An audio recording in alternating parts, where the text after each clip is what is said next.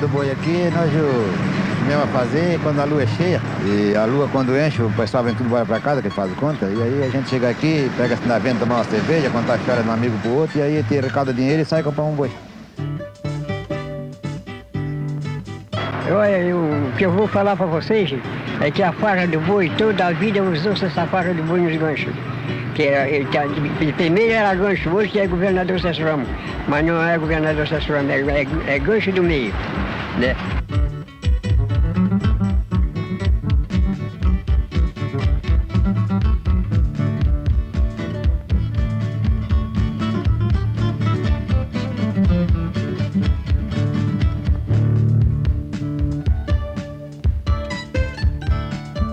Aqui nós trabalhamos aí, mar dentro aí, 15 dias, 20 dias, um mês aí.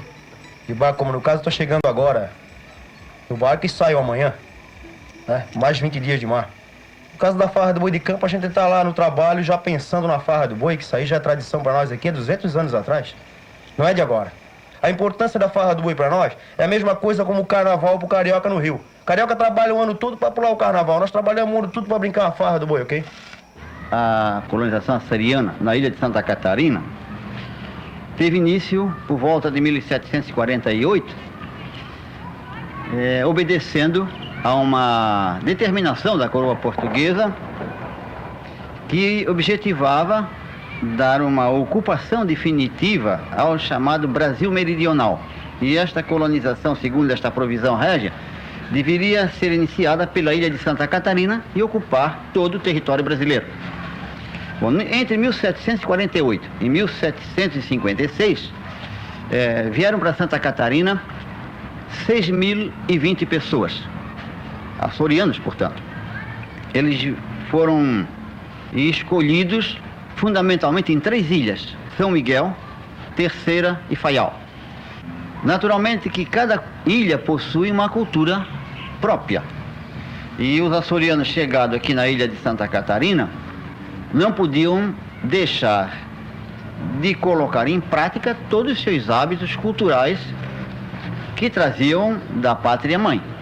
A farra do boi, ou a relação, o jogo entre o homem e o boi, no caso nosso aqui da ilha de Santa Catarina, trata-se de reproduções de determinados folguedos que os açorianos faziam lá na Ilha dos Açores, ou fazem ainda hoje.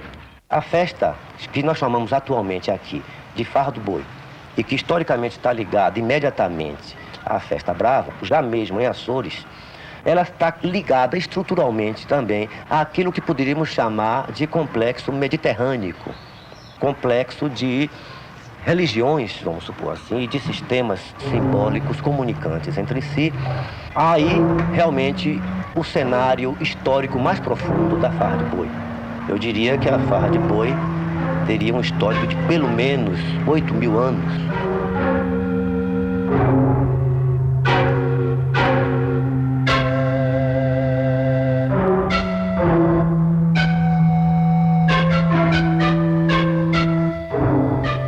É assim, num lugar como esse, como aqui no Bar do Manuel.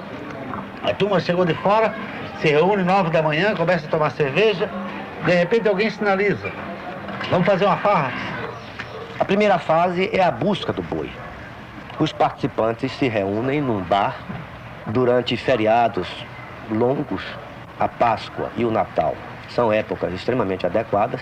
Bebem, e de repente abrem uma lista de sócios, né, ou pessoas que terão direito à titularidade do boi, digamos assim, e escolhem uma embaixada de 4, 5 pessoas, isso é muito variável, para buscar um boi nas cercanias da cidade. Então as pessoas vão de carro nas fazendas, na região de Biguaçu, região de Antônio Carlos, até Lages, à procura do boi. E a comunidade, quando vai, né, é muita festa, todo mundo na comunidade está sabendo que já saiu a comitiva.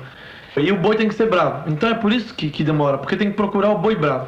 E chegando nas fazendas, começam, né, a testar os boi. O fazendeiro bota um boi na mangueira, o boi pula, bota outro boi, o boi é manso. Quando ele viu que a gente tem interesse na compra daquele boi, o preço já, que era, digamos, de 10 mil cruzeiros, já passa para 50. Pois bem, eles se afastam, buscam o boi. Esse boi, então, é transportado depois para o lugar de origem, onde é recebido como um estrangeiro eminente. com grandes pompas e honrarias, foguetes, buzinas e etc.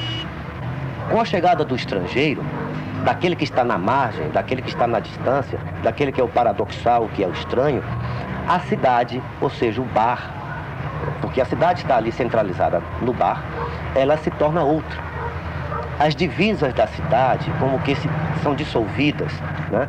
Os comportamentos são mudados, há um comportamento heróico, há um comportamento de solidariedade, de fraternidade extremamente característico.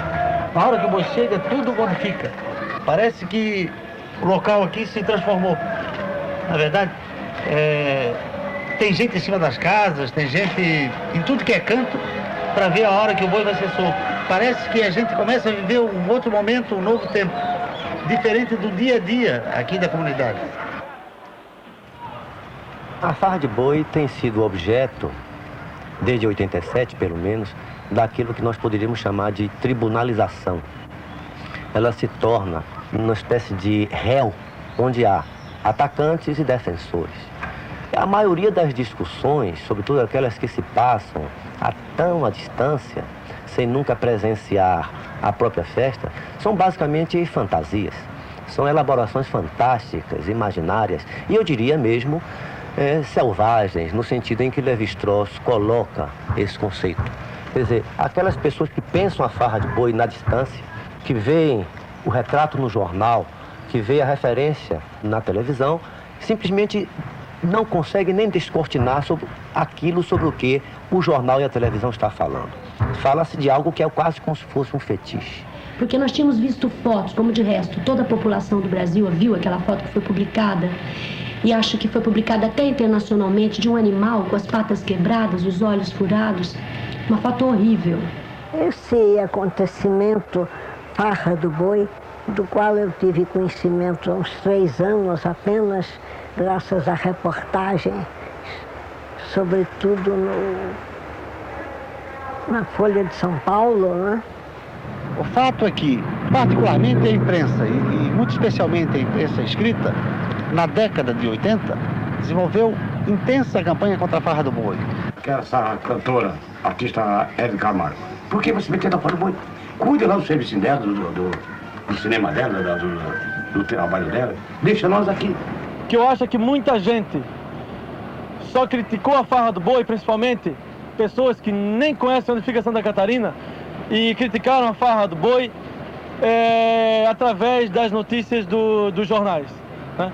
Quer dizer, os jornais que toda uma mídia em cima da crueldade da farra do boi, né? Da crueldade da visão deles, né? Porque para nós não existe essa crueldade. Pessoal que não tem conhecimento da farra do boi, que não vê a coisa de perto, sabe? É que ficam censurando sem saber.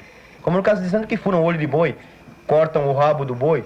Ninguém faz isso aqui, isso brincamos com camisa, com pano.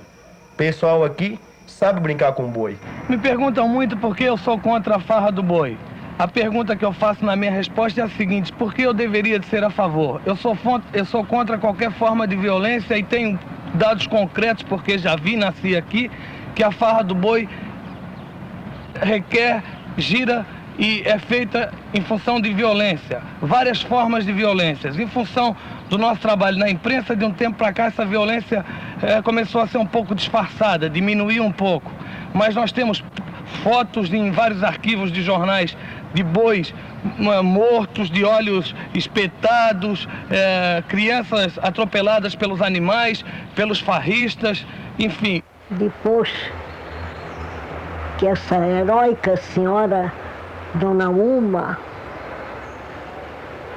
narrou o horror que assistiu nas praias do litoral de Santa Catarina, é que eu comecei a pensar no assunto, não como antropóloga que não sou, mas como pessoa interessada pela psique humana, porque a minha formação é de psiquiatra.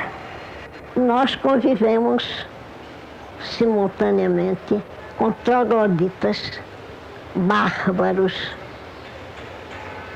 pessoas que conseguiram atingir um nível de consciência razoável e pessoas que estão adiante de sua época.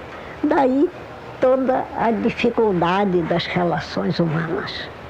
E eu convivendo no lugar onde moro, né, com a turma que faz a farra do boi, que é uma gente doce, elegante e simples. Então tem esse interesse, sem dúvida alguma, engajado de defesa da gente que faz a farra de boi. E por outro lado também tem um interesse científico, na medida em que, como antropólogo e como etnógrafo, eu estou interessado em desvendar o que possa ser o significado da farra de boi. É evidente que esse desvendamento não tem nenhum privilégio. Cada um que fale sobre a farra de boi está tentando mostrar uma verdade. Para você ter uma ideia de como eu sou sensível a um tipo de problema que envolve tortura a animais, eu sou uma pessoa radicalmente vegetariana, por exemplo. Eu nem como animais. Eu não como carnes, nenhuma carne. Eu não como nada que se mata. Eu sou até contrária que se matem animais até para comer. Porque eu acho que os homens podem viver de forma vegetariana. Isso é o jeito como eu sou. Agora, com relação à farra do boi especificamente, é óbvio que eu sou radicalmente contrária a esse tipo de agressão ao animal. Mas eu tive a oportunidade de observar, quando eu tive em 88 com Gabeira, na época da Semana Santa, que era uma questão cultural, extremamente enraizada nos pescadores, nos camponeses locais. E nós, ao entrarmos em contato com essas pessoas que praticam essa brincadeira, entre aspas, eles diziam que aquilo era uma brincadeira, que não tinha nada de tortura animal.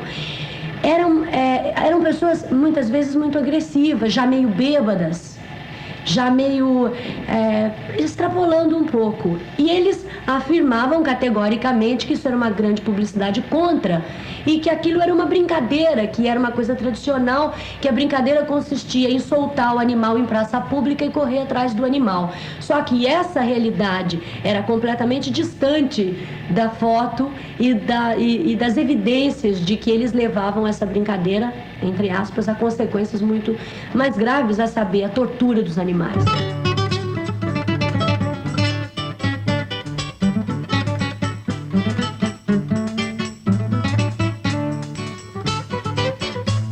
A farra de boi se passa em bairros, em lugares, em localidades onde não há absolutamente nada que se possa chamar de violência urbana.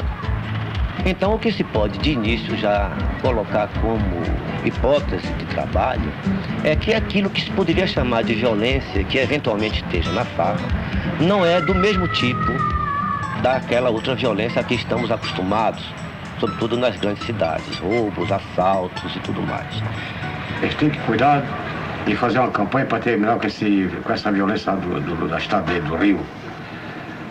Fazer uma campanha para terminar com o sequestro, com roubo, assaltos e estupro e sequestro, como tem uma coisa por demais que a gente está escutando aqui todo dia. E São Paulo também é a mesma coisa. Que tem que se meter aqui na vida, nossa vida aqui na farra do boi. Não pode. Eu acredito que não pode, porque é uma festa, é uma farra muito antiga, muito velha. Do nosso ponto de vista, existe uma íntima relação entre a forma como o capitalismo se desenvolve no Brasil, e muito particularmente em Santa Catarina, e a repressão à farra do boi. A farra do boi constitui-se numa prática cultural que, a nosso ver, pode ser considerada como uma máquina do tempo. Ela, quando ocorre, ela constrói um novo espaço, ela rompe com a ditadura do relógio, ela rompe com a noção da propriedade privada, ela rompe, de fato, com a privacidade.